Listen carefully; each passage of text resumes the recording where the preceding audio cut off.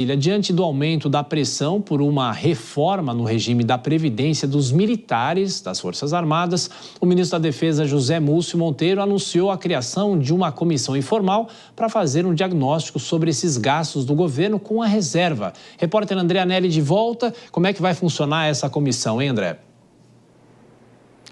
Olha, Tiago, de acordo com o ministro da Defesa, José Múcio Monteiro, a comissão de diagnóstico sobre os gastos do governo com os militares da reserva vai contar com membros da Aeronáutica, do Exército e da Marinha. Essas informações são do jornal O Globo, que destaca ainda que o grupo vai ser criado de maneira informal, sem que nenhum oficial precise deixar as atuais atribuições.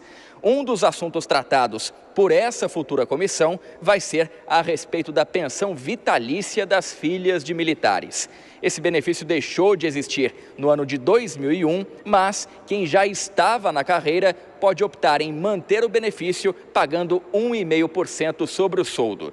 De acordo com o Tribunal de Contas da União, o TCU, nos últimos 10 anos, as despesas do regime previdenciário dos militares das Forças Armadas subiram mais de 80%. E o gasto por militar da reserva e pensionista já fica acima do regime de aposentadoria dos servidores civis e demais trabalhadores. Mesmo diante dessas informações e também da pressão sofrida pelo governo para cortar gastos públicos, o Palácio do Planalto não tem demonstrado interesse em mexer no regime previdenciário dos militares, pelo menos por enquanto. Tiago. É isso. Então a gente vai acompanhar o funcionamento dessa comissão que o ministro está propondo. Bom trabalho para você, André. Você volta na programação da Jovem Pan.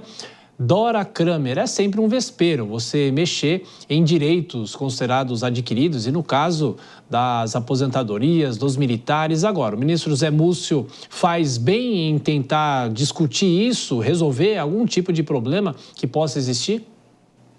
É uma maneira de contornar o problema, porque assim que se falou nisso, e o diagnóstico está feito pelo governo, tá? Então, assim que se falou nisso, o ministro José Múcio se colocou contra.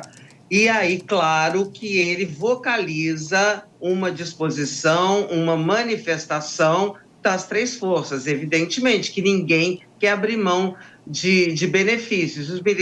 Os dados dos militares, a diferença entre o déficit per capita é muito grande, né? No setor privado, 9 mil per capita. No 69 no servidor público e 159 mil reais o déficit per capita, no caso dos militares que alegam que eles têm um regime, a carreira toda especial. Por exemplo, que eles dizem que mesmo da reserva eles não são aposentados, porque eles podem a qualquer momento ser convocados. Claro que há que se considerar isso, não é? Mas eu acho que essa comissão informal, não entendi bem por que é informal, mas me parece uma atitude do ministro Zé Múcio para ganhar um tempo, ver como é que consegue, equacionar a questão ali entre os militares, e nisso o ministro Zé Múcio tem se mostrado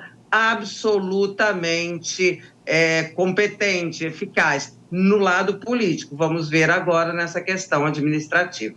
Vilela, porque essa comissão pode apontar inúmeros itens, né, que jamais vão sair do papel, porque tem também um componente político dessa relação do executivo, né, dos ministérios e, no caso, o Ministério da Defesa, com as Forças Armadas.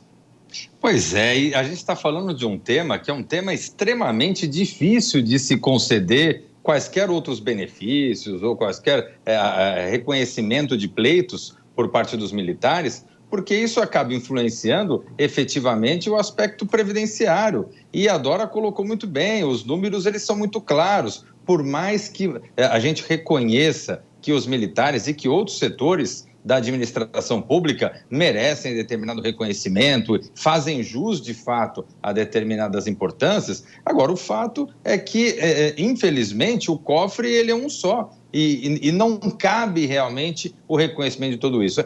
Não é à toa que o Brasil precisou passar pela reforma previdenciária e nem bem passou, há cerca de 5 anos já se fala na construção de uma outra reforma.